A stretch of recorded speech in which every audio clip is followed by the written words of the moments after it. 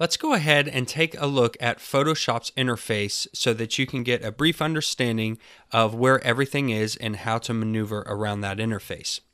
So you can go ahead and open up any image you'd like. If you'd like to open up the resource file for this lecture, just go to File, Open, and under the second lecture overview of the Photoshop interface, you can go ahead and open up the robin.jpg. It'll pull that image in and you should see a workspace that looks similar to this. Now the workspace consists of everything from the menu bar at the top to the toolbars, the document window, and all the panels on the right hand side. And we'll go ahead and cover some of that now.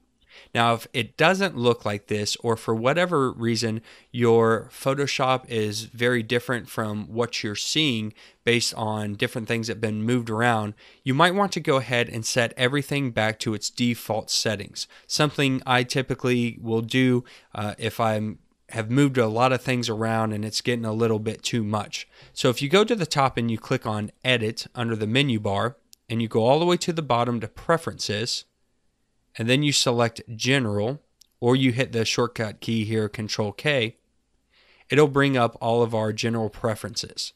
And here we have one that says Reset Preferences on Quit. Now we can go ahead and select that, and then we hit OK. And then whenever we restart Photoshop, it'll reset all of the factory defaults for Photoshop back to its original settings. You might also want to go up to the top, and under Window, you can go down to Workspace and make sure that the Essentials workspace is selected. And you can also reset that Essentials workspace if you want. Here you can also see we can create other workspaces, and we will get into that a little later on. There's also different workspaces for 3D, graphic and web, motion, painting, and photography. And by clicking on one of these, it'll change out all of the different menus and different things that you have here based on what you would need for that particular field of study. So I'm going to go back and just change this back to the Essentials, and this is what it should look like.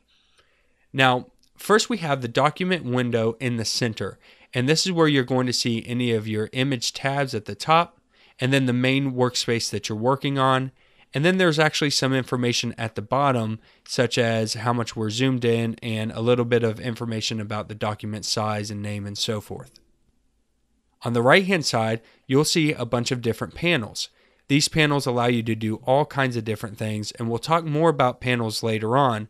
But basically, the panels will give us different things such as adjusting colors and swatches, changing properties and different types of adjustments, working with layers, channels, and paths.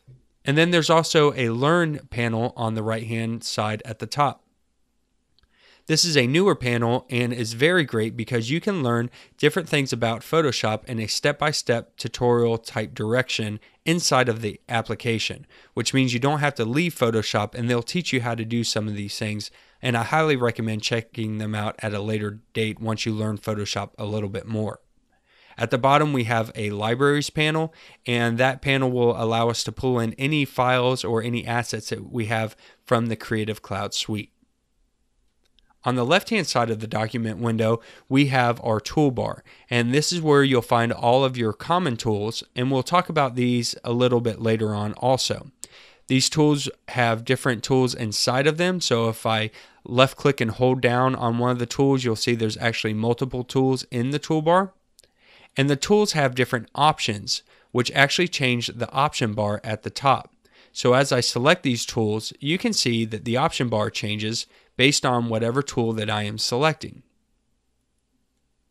There's also a menu bar at the very top that you would commonly see in any type of operating system, with things such as saving your file, creating new files and closing them, and editing them, editing your image, working with layers, type, selecting, working with filters, and so on.